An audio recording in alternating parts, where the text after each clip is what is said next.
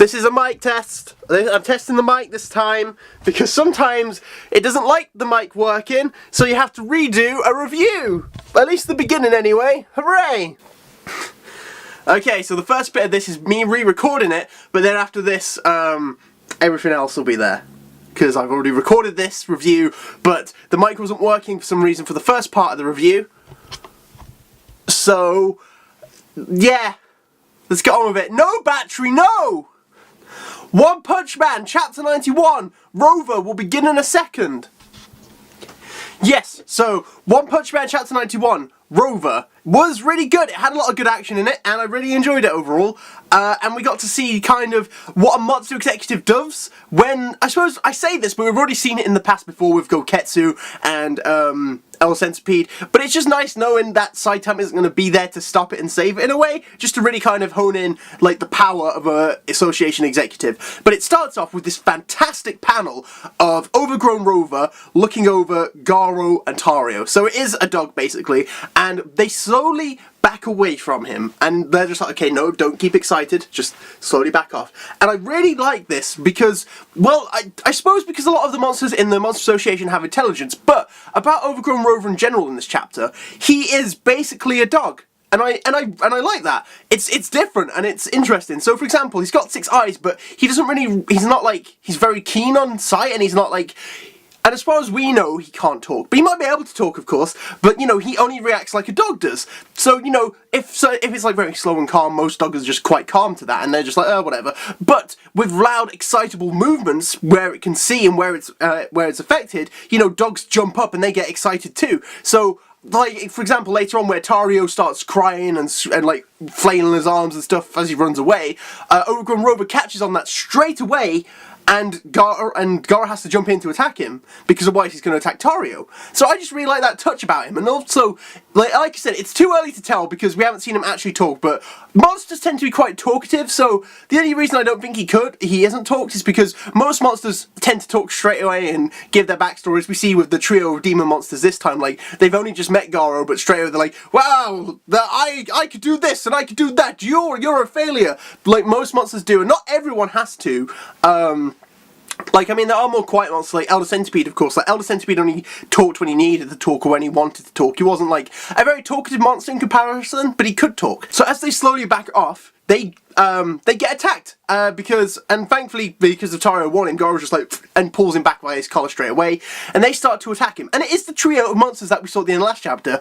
I never thought we'd see him again. And they have some unique abilities, I suppose. So, obviously, Supermouse, Ultra Mouse goes in for the punch, Narwhal goes in for that attack, but Garo grabs him, and I was like, okay, let's just see Garo take down one of these, no problem. And then my boy Showerhead comes in, though. I never thought we'd see Showerhead again, and honestly, I quite like his design. It's because his design's so goofy. I really like Showerhead. And I know he's gone, and you know, I understand he had to go quickly to really show the difference between a demon and dragon, but, I'd like him. So, Bang Zoom, I believe you're the guys who do the dub of One Punch Man. If we get this far, and you're looking for a Showerhead, I'm your guy. You know, I'm not a Goketsu, I'm not Suiri, I'm not Garo, I know I'm not any of those guys, but you're looking to play some some low-ranking monster who's going to get defeated in a couple minutes, I can do that for you. And then this is where we learn as well that these guys aren't just Tiger or Wolf, they're actually demon ranks. And I suppose it's really cementing that difference between Garo and demon rank now. And I think it's safe to say he is about the same level of Genos, Sonic and Suiryu, because they're at a point where they can go toe-to-toe with demon ranks and, like, quite easily beat some of them, and then, of course, it depends on matchups too. But Garo is around that level, seeing as how, especially Genos' current level, where Genos obviously has got his latest upgrade, and, you know, he's improved quite a bit. I think it's best to say he's around that level.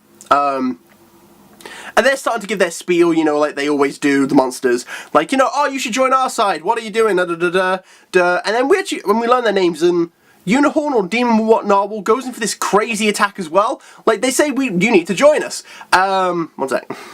And they go on about their backstories, and it's quite interesting to see some ability. So, of course, I like Showerhead's ability, where he's like, you know, he can't just, it's not just hot water he shoots, but he also shoots, like, he can shoot, like, sulfuric acid, super glue, and all these different things. Like, okay, that's different, I like that. And then, you know, it very does much set up of, like, you know, it's a very One Punch Man joke in the sense of like, you know, give us your whole backstory just so you can be beaten really easily, and it's just a classic joke like that. So that's my part of the review done. Let's go to Matt. Let's go Matt to the past. Sure, that doesn't work, but you know.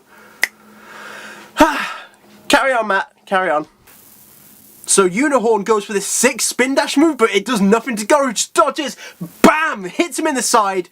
Gone. Showerhead, he goes for like this chemical splash as well. I like it. I like Showerhead obviously, but then Goro does this move. I wasn't sure exactly what it was.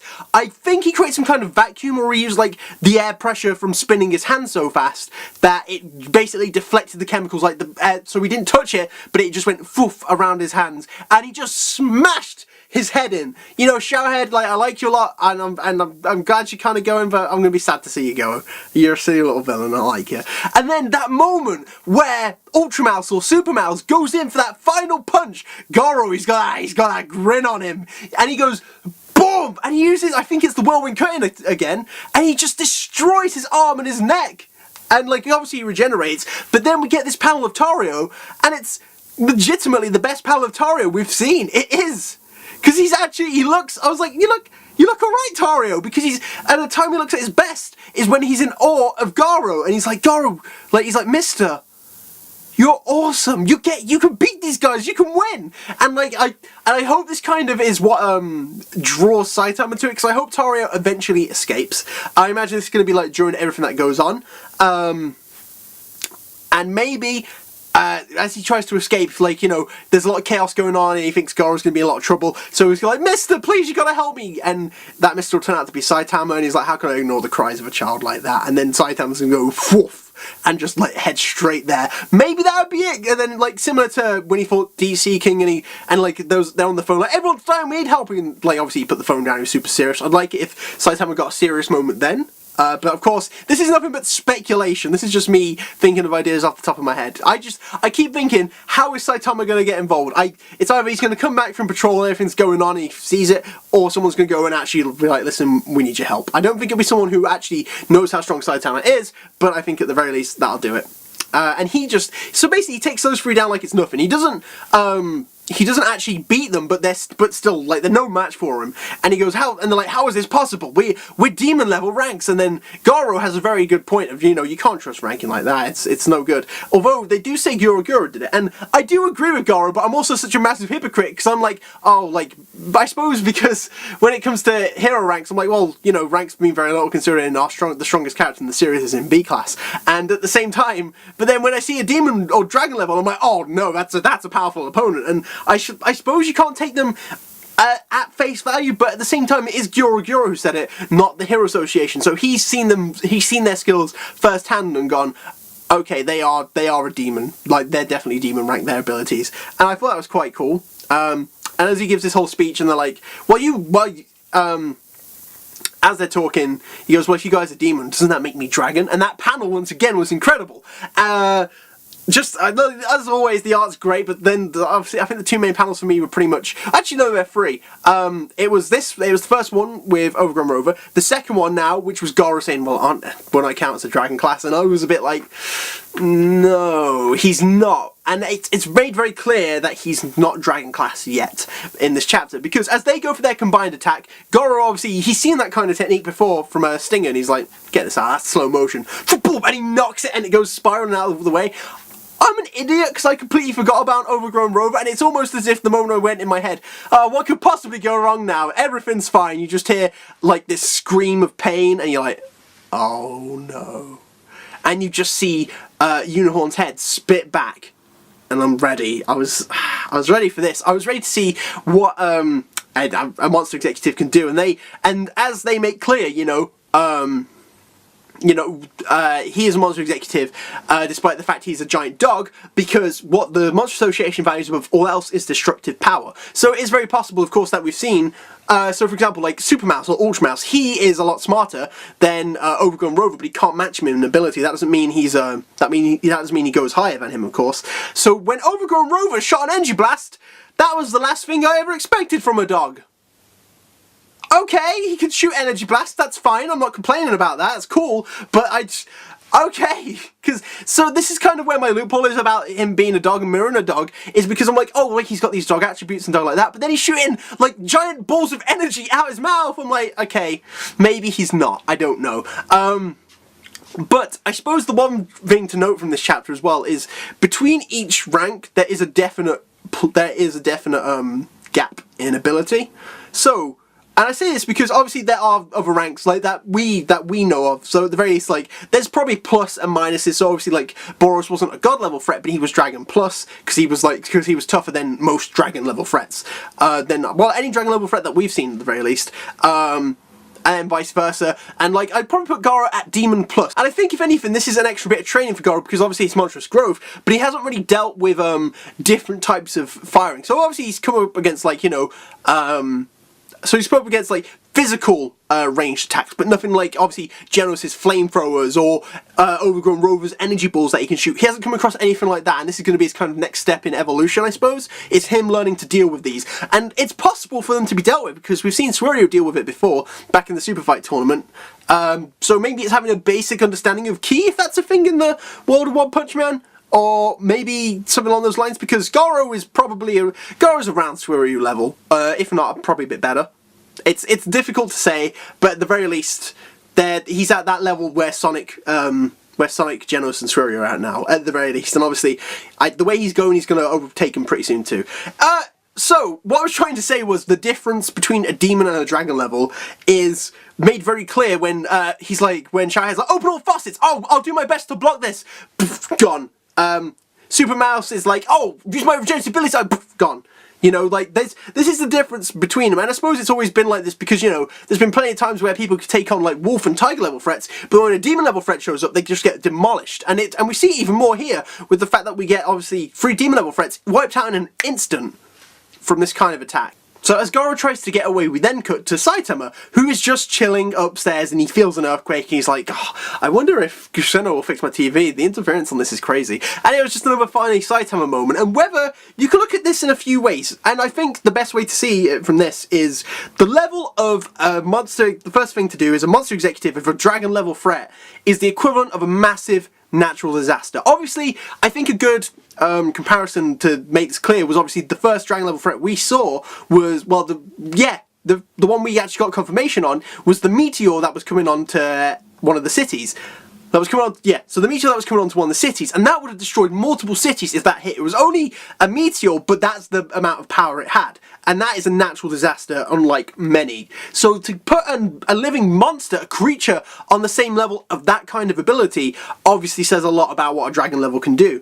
And the other things to make a note from this is whether you could see this as, you could see this either as Saitama's personality or power. Like, he's like, oh, it's an earthquake or whatever. And that could be his personality, because obviously, you know, there's very few things he cares about. He's not like, oh my god, it's an earthquake, I better get out of here. He's just like, I'll pass.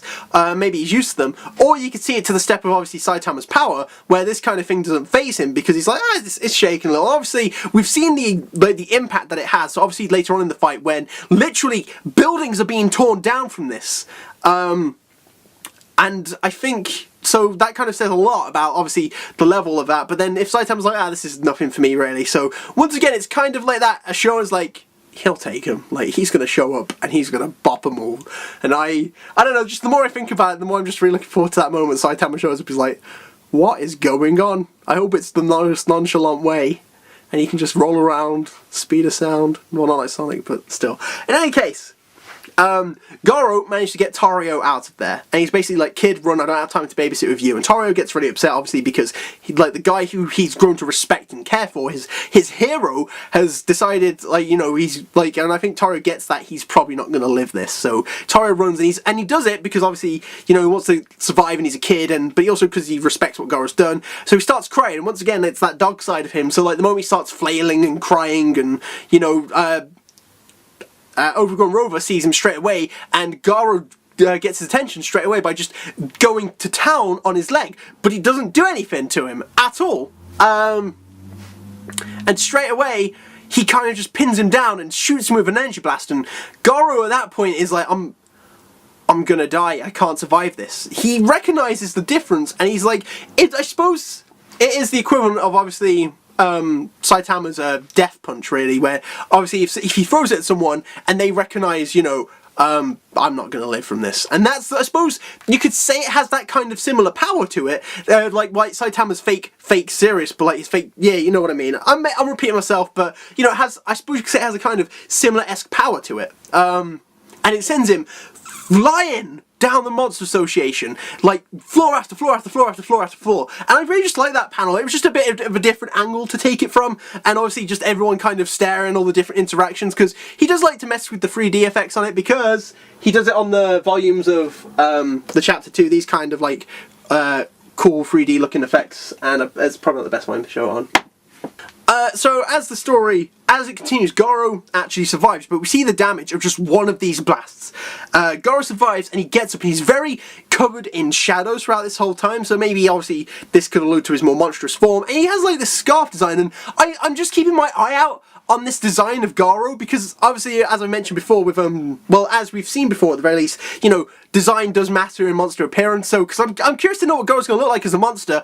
So he has the scarf design. So maybe he's going to have like a kind of scarf, or maybe, I don't know. I'll talk about the end bit when I see it. Well, when I get to it. And basically, it's just like this little clash between them. And obviously, Goro recognizes the difference between himself and a dragon-level monster, a monster executive, and he recognizes this, and he does his best to avoid it, and he does quite well, to be fair, considering that is a massive step up, considering before, like, he couldn't, like, obviously he couldn't avoid it because it was that close, but maybe Overgrown Rover isn't as fast, but, I mean, he's got to be pretty fast, obviously, because he's a dog, but at the same time, it's just interesting to see him go toe-to-toe, and once again, it's his amazing growth, because he went from, like, tanking that, and basically from going, I'm not going to die, to actually taking a couple of them, and surviving, and he's taken a couple of them, I'm fairly sure he did, and basically they're just destroying it, like I said, buildings getting taken down, and then Overgrown Rover just stops for a moment. I quite like his design. It reminds me, like, at first, it's crazy to think how at first I was like, maybe he's a dragon or a wolf. Now he looks a bit more like a Yorkshire Terrier. Or, you know what I mean, like a little Scotty dog. It does kind of look like that, except he's a massive Scotty dog. And when Goro's hanging up and he's like, you know, sit! Boom! That was an amazing panel. That was actually secret fourth amazing panel, by the way, because it was just great. And then Goro launched a punch so hard, and he relied on air pressure for it all, of course. But it created like that powerful shockwave between him and obviously from his fist, and it hit him. And like, you know, Goro says he shook it off, and he literally shook it off. He literally just went and shook off any kind of damage. I was like, well, okay. And he just once again laid into Goro and sent him flying. It's crazy to see what like you said. So I think Goro is around the same level of Genos and Suiryu and Sonic at this point. He's gonna break. I think he's gonna break through that next level soon. But I think to say this is quite an accurate representation of how the S-Class heroes are going to get on. Because the thing is, obviously, different S-Class heroes have different strengths. Obviously, Tatsumaki is stronger than quite a few of them. And, of course, matchups do matter as well for almost everyone in the series. But at the same time, it's just, you know, this is the level of someone who is at S-Class strength, because he's beaten multiple S-Class heroes, but he struggled so much. I don't know who's going to be able to take on Overgrown Rover, to be honest, because apparently Goro's got his sights set on Tatsumaki, so maybe they'll be the ones who fight there. But then you also have characters like, I don't know, the only person I would have put him against was Watchdog Man, to be honest, but obviously Watchdog Man says he's not going. I just don't know. Atomic Samurai or Flashy Flash, maybe. Someone's got to be fast enough to avoid those energy blasts and do damage. We don't know, like, all of Flashy Flash's skills, so maybe him. Atomic Samurai, I think one of the swordsmen should be the one to fight Overgrown Rover. But we'll have to wait and see at the very least. So, as he gets pinned down by rubble, we see... What was that? We basically do see Goro, and he's like, I knew you survived, I knew you wouldn't have lost that. So yeah, he was very, as I said before, like, he was very curious the past couple of chapters of, you know, like, did you see him die? Like, are you certain you killed him? Because now he's back, he's like, I didn't think you died from that, you know, you've grown. And he even says, like, he's grown so much, he's like a completely different person. And he makes that note, and he basically, and we see Goro's abilities of, he is a psychic, just like Tatsumaki, which is probably why he's also kind of aiming for Tatsumaki. He's like, I should be the one to deal with her. And so we see this all go to fruition. Well, that's not right. That's not right words, Matt. We see him literally pick him up, and Goro can't move at all. He's stuck. He can't move. And so when I was talking about Goro's design, he has like this scarf. Well, it's not a scarf. It's just where his clothes are torn. And the way it holds up, it might be a scarf, but could it be wings? I don't see why Goro would get wings. I know it's. I don't think he'd get wings, only because like everything he's shown, he's not normally in the air. Like it's a reflection of who they are. But then I'm trying to think why he'd get wings. Do you want to justify that one, Matt?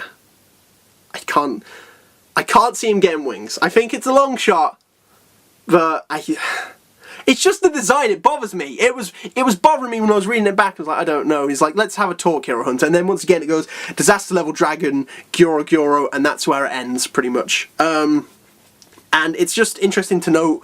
I don't know how. Maybe Goro's purposely going to take the role of Monster Executive now to keep Tario safe. So from now on, he's going to be like, listen, I'll take this role. On the condition that that boy stays with me and no one else touches him. And then Goro will be like, done, that's fine. And then maybe he's going to use that excuse to keep Tario safe if Tario can't get out of there, which I can't imagine he will, only because with everything going on, obviously the heroes are getting there soon, but there's also a lot of monsters in the area still. I think, is there anything else to talk about? No, I suppose I like Overgrown Rover a lot. He's got a cool design, and I like his abilities, and he's dog-like, but he's not completely dog-like, which I think is interesting. But once again, I would like to know how these kind of monsters get recruited. Goro was cool, like he always is. It's that we see that power difference between him and a demon level class now, and it's just amazing. But he's nowhere near dragon. Well, he's getting there. He's demon plus. But yeah, it was a cool chapter, and I'd like to see, honestly, I'd like to see Orochi do a little more. And again, he's very basic, and he's like, power looms over everything, and maybe it was just through intimidation they got Overgrown Rover, like seeing Orochi, kind of like how Simple McGee, he was ready to challenge Orochi, but then obviously after seeing Orochi easily take down demon level, like with the flick of his finger, he was like, okay, I'm not messing with this guy. This isn't my place. But yeah. What did you think? Let me know in the comments down below. I hope you liked this review. It was a good chapter, wasn't it? Or was it? Let me know in the comments down below. I'd like to know. Subscribe if you want to see more and talk about this. To give it a like, that was the word. Thank you for watching. Have a good day. Goodbye, guys.